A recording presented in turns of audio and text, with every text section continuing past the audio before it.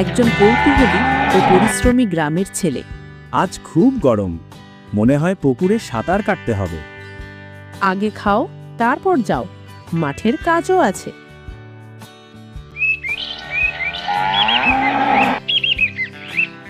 বাপন খেলতে খেলতে এক পুরনো কুয়ার পাশে যায়, যেখানে কেউ যায় না।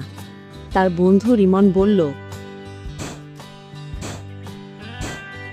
ওখানে যেও না, গ্রামের লোকে বলে ওটা নাকি জাদুর কুয়ো। কুয়ো আবার জাদুর হয় নাকি? বাপন কুয়ার পাশে গিয়ে একটা ছোট ঘড়ি দেখতে পায়। বাপন ঘড়িটা হাতে তুলে বলল, যদি সত্যি জাদু থাকে, কিছু ভালো হোক। আমি কুয়ার রক্ষক, 100 বছর পর কেউ আমায় ডেকেছে। আমি শুধু ভালো কিছু চেয়েছিলাম, খারাপ না। তুমি ভালো মন নিয়ে এসেছো, তাই তোমাকে 3টি ইচ্ছা দেব। প্রথম ইচ্ছা, গ্রামের সবাই যেন প্রতিদিন হাসতে পারে।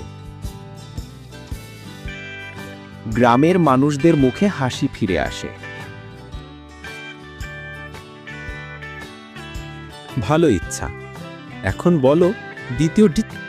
আমার দ্বিতীয় ইচ্ছা, গ্রামের ফসল যেন অনেক ভালো হয়। হঠাৎ আকাশে মেঘ জমে, তারপর মৃদু বৃষ্টি পড়ে, মাঠে নতুন সবুজ দেখা যায়।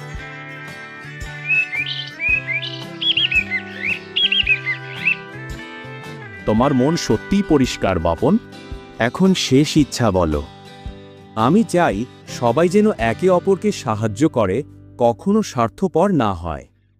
এই ইচ্ছাই সবচেয়ে বড় জাদু। জাদু কুয়ার নয়, মানুষের মনে। বর্ণনাকারী: সত্যিকারের জাদু হল ভালো মন আর একতা।